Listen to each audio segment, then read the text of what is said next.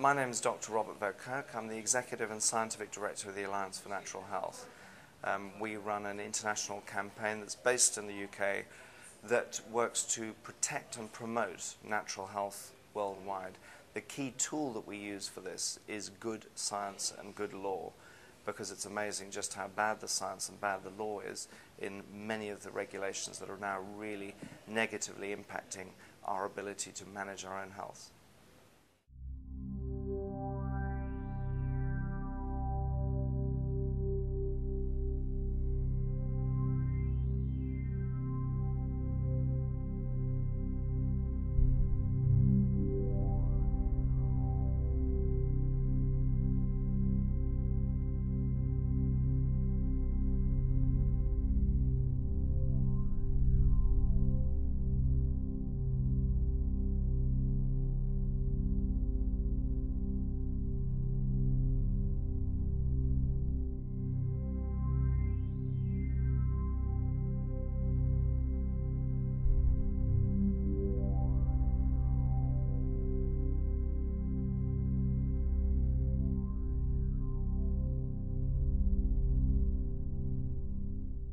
Codex is an extremely serious and important process that attempts to control food globally.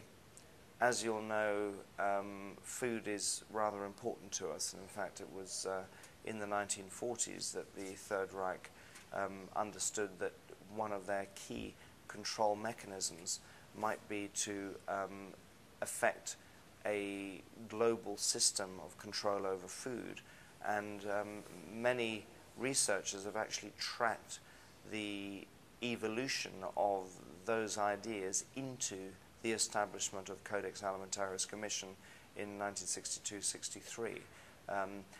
It has now become a system that outwardly purports to both protect consumers and ensure fair trade practices.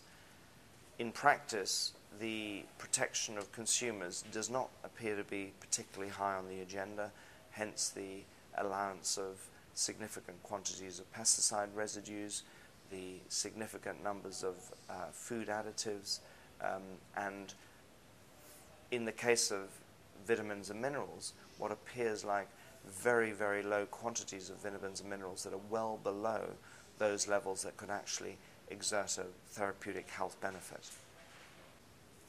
Do you think the spin that we're seeing now with the BBC doing the report that vitamins are deadly and the world food shortages, do you think this is the start of the spin that's going to be used now to bring in Codex? This is not the media that we're seeing recently, which is trying to communicate to the public that vitamins are harmful, is not just spin that has been started recently.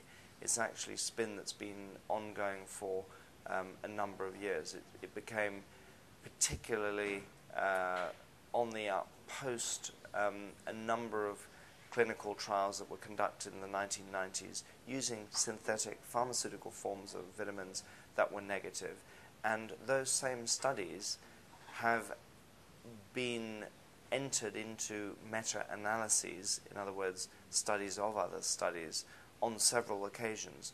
The most recent publicity burst was quite simply the republication of a more or less identical meta-analysis that was already published in the Journal of the American Medical Association in February 2007, and then it was submitted with one clinical trial removed from it to the US Cochrane Review, and it stimulated a whole new rash of negative publicity.